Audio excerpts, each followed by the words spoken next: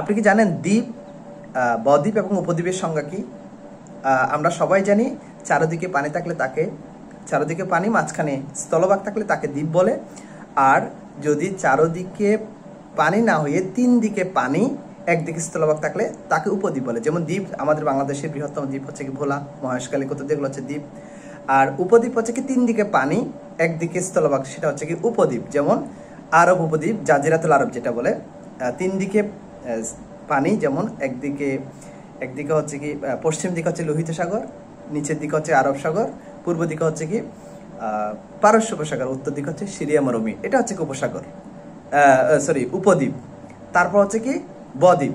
বদ্বীপ হচ্ছে কি যে দ্বীপ দেখতে অনেকটা বাংলা বর্ণমালা বয়ের মতো এবং গ্রিক ডেল্টা দেখতে, গ্রিক ডেল্টা বয়ের মতো, ডেল্টার মতো, তাকে বদ্বীপ বলে।